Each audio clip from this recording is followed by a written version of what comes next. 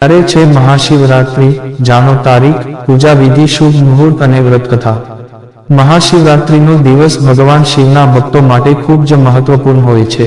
આ પર્વ આખા દેશમાં ખૂબ શ્રદ્ધા અને ભક્તિ સાથે ઉજવાય છે। આ અવસર પર જુદા જુદા સ્થાનો પર ભવ્ય શિવજીનો વરઘોડો કાઢવામાં આવે છે, જેમાં ભક્તો ખૂબ હર્ષોલ્લાસથી ભાગ લે છે। મહાશિવરાત્રિના દિવસે શિવ ગૌરીની પૂજા કરવાથી દાંપત્ય જીવનમાં સુખ અને સમૃદ્ધિ આવે છે। આ દિવસે વ્રત કરવાથી અને ભોલેનાથની પૂજા અર્ચના કરવાથી કુંવારી કન્યાઓને મનપસંદ અને સુયોગ્ય જીવનસાથી મળવાનો આશીર્વાદ મળે છે। આ એ જ પાવન દિવસ છે જ્યારે ભગવાન શિવ અને માતા પાર્વતીનો વિવાહ સંપન્ન થયો હતો। આ શુભ દિવસે ભક્તો રુદ્ર અભિષેક કરીને, મહામૃત્યુંજય મંત્રનો જાપ કરીને અને શિવલિંગ પર પાણી અને બિલ્વપત્ર અર્પણ કરીને ભગવાન શિવને પ્રસન્ન કરે છે। આ તહેવાર ભક્તોને આત્મશુદ્ધિ, ધ્યાન અને શિવભક્તિમાં ડૂબકી લગાવવાની સુવર્ણ તક આપે છે। આ વર્ષે મહાશિવરાત્રિ ક્યારે ઉજવાશે અને ભગવાન શિવની પૂજા માટે કયો શુભ સમય રહેશે તે જાણવા માટે પંચાંગ અનુસાર તારીખ અને સમય ધ્યાનમાં રાખવો જરૂરી છે। તો ચાલો જાણીએ આ વિડીયોમાં કે આ વખતે મહાશિવરાત્રિ ક્યારે છે અને પૂજા માટે કયો શુભ સમય રહેશે અને વ્રત કથા। અને જો મિત્રો તમને અમારો વિડીયો ગમે તો લાઈક, શેર, સબસ્ક્રાઇબ કરો। ધન્યવાદ। ક્યારે ઉજવાશે મહાશિવરાત્રિ? દર વર્ષે મહાશિવરાત્રિનો તહેવાર માઘ મહિનાના કૃષ્ણ પક્ષની ચતુર્દશી તિથિએ ઉજવવામાં આવે છે। વર્ષ 2025માં આ પવિત્ર તહેવાર 26 ફેબ્રુઆરીના રોજ આવશે। પંચાંગ મુજબ ચતુર્દશી તિથિ 26 ફેબ્રુઆરી 2025ના રોજ સવારે 11:08 શરૂ થશે અને 27 ફેબ્રુઆરીના રોજ સવારે 8:54 સમાપ્ત થશે। આ ખાસ દિવસે ભગવાન શિવની પૂજા, રુદ્રાભિષેક અને ઉપવાસનું વિશેષ મહત્વ છે।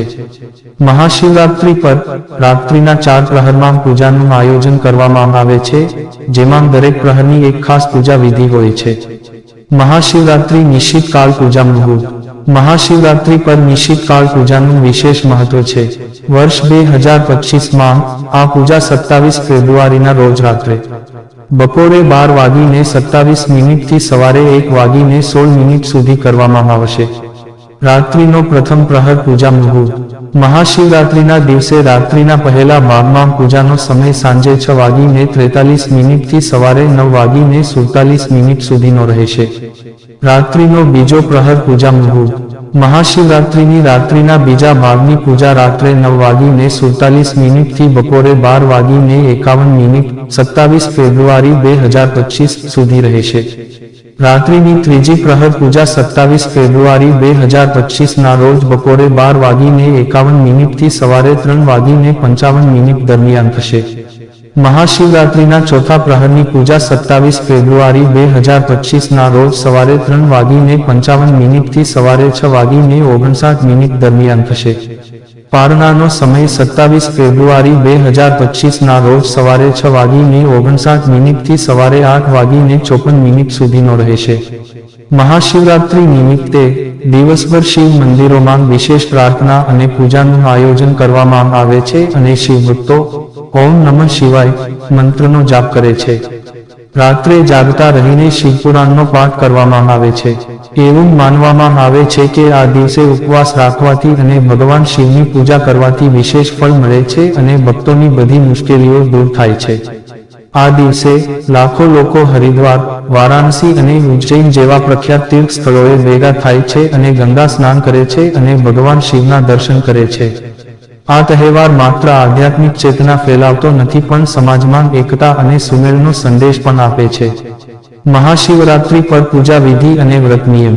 મહાશિવરાત્રિના દિવસે ભક્તોએ બ્રહ્મ મુહૂર્તમાં સ્નાન કરી સ્વચ્છ વસ્ત્ર ધારણ કરવા જોઈએ અને વ્રતનો સંકલ્પ લેવો જોઈએ। આ દિવસે ભગવાન શિવ અને માતા પાર્વતીની પૂજા સવારે અને સાંજે બંને સમયે કરવી જોઈએ। પૂજા દરમિયાન ભગવાન શિવ અને પાર્વતીને વસ્ત્ર અર્પિત કરવા શુભ માનવામાં આવે છે। આ દિવસ પરિણીત મહિલાઓ માટે ખાસ છે, તેથી તેમને દેવી પાર્વતીને સંપૂર્ણ શણગારની વસ્તુઓ અર્પણ કરવી જોઈએ। મહાશિવરાત્રિના દિવસે ભોલેનાથને બેલપત્ર, ભાંગ અને ધતુરા ચઢાવવા ખૂબ જ શુભ માનવામાં આવે છે। આ સાથે સમગ્ર શિવ પરિવાર, ભગવાન ગણેશ, ભગવાન કાર્તિકેય, ભગવાન શિવ, માતા પાર્વતી અને નંદી મહારાજની પૂજા કરવાથી અને તેમને વસ્ત્રો અર્પણ કરવાથી વિશેષ લાભ મળે છે। મહાશિવરાત્રિ વ્રત કથા. શિવપુરાણ મુજબ પ્રાચીન સમયમાં ચિત્રભાનુ નામનો એક શિકારી હતો. તેણે પ્રાણીઓની હત્યા કરીને તેના પરિવારનો ઉછેર કર્યો. તે એક જમીનદારનો દેવાદાર હતો, પરંતુ સમયસર કર્જ ચૂકવી શક્યા નહીં. તેથી ક્રોધિત થયેલા જમીનદારે શિકારીને શિવમાં બંધક બનાવી લીધો. યોગાનુયોગ તે દિવસે શિવરાત્રિ હતી. સાહુકારના ઘરે પૂજા થઈ રહી હતી. શિકારીએ ધ્યાન લગાવીને શિવને લગતી ધાર્મિક બાબતો સાંભળતો રહ્યો. તેણે ચતુર્દશી પર શિવરાત્રિ વ્રતની કથા પણ સાંભળી. સાંજે જ જમીનદારે તેને બોલાવ્યો અને કર્જ ચૂકવવાની વાત કરી. બધા રૂપિયા જલ્દી ચૂકવવાનું વચન આપીને શિકારીને છોડી દેવામાં આવ્યો. તે રોજની જેમ જંગલમાં શિકાર કરવા નીકળ્યો, પરંતુ આખો દિવસ કેદમાં હોવાથી તે ભૂખ અને તરસથી પરેશાન હતો. તે શિકારની શોધમાં ઘણો દૂર નીકળી ગયો હતો. જ્યારે અંધારું હતું ત્યારે તેને વિચાર્યું કે રાત જંગલમાં જ વિતાવવી પડશે. જંગલ તળાવની બાજુમાં બિલપત્રના ઝાડ પર ચઢી ગયો અને રાત પસાર થવાની રાહ જોતો રહ્યો. બિલ વૃક્ષ નીચે શિવલિંગ હતું જે બિલ્વપત્રોથી ઢંકાયેલું હતું. શિકારી તેની જાણ નહોતી. આરામદાયક સ્થાન બનાવતી વખતે તેને જે ડાળખી તોડી તેના પરથી સંજોગવશ બિલપત્રના પાન શિવજી પર પડતા રહ્યા. આ રીતે તે આખો દિવસ ભૂખ્યો અને તરસ્યો ઉપવાસ પર રહ્યો અને બિલ્વપત્રો પણ શિવલિંગ ઉપર ચઢાવતો ગયો. રાત્રે 1 વાગ્યે એક સગર્ભા હરણી તળાવ પર પાણી પીવા માટે આવી હતી. અવાજ સાંભળતા જ પારકીએ જલ્દી શિકારીએ ધનુષ પર એક તીર ખેંચ્યું અને ખેંચ્યું. હિરાનીએ કહ્યું, હું ગર્ભવતી છું. વહેલી તકે પહોંચાડશે. તમે એક સાથે 2 જીવોને મારી નાખશો, જે યોગ્ય નથી. હું બાળકને જન્મ આપીશ અને ટૂંક સમયમાં તમારી સમક્ષ રજૂ કરીશ, પછી મને મારી નાખજો. શિકારીએ બાણ ઢીલું કર્યું અને હરણીને જવા દીધી. હરણી જંગલમાં ગાયબ થઈ ગઈ.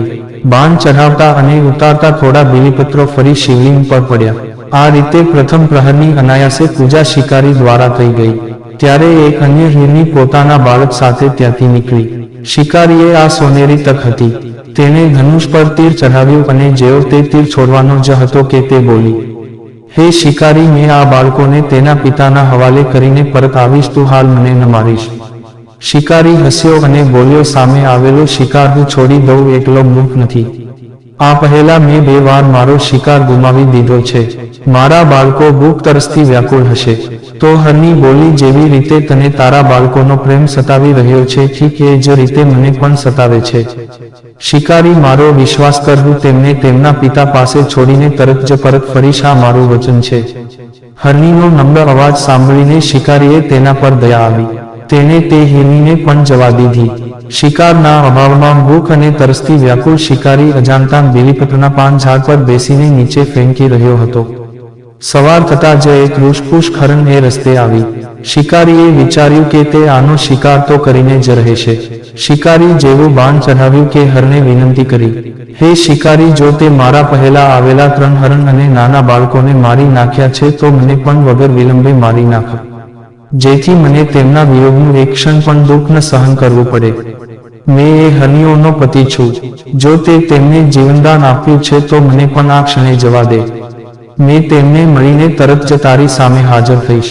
હરણની વાત સાંભળીને શિકારી સામે આખી રાતનું ઘટનાચક્ર આવી ગયું. તેણે બધી કથા હરણને સંભળાવી. ત્યારે હરણે કહ્યું, મારી 3 પત્નીઓ જે રીતે વચન આપીને ગઈ છે, મારા મૃત્યુથી પોતાના ધર્મનું પાલન નહીં કરી શકે. તેથી જેવી રીતે તે તેમને વિશ્વાસપાત્ર સમજીને છોડ્યા, એ જ રીતે મને પણ જવા દો.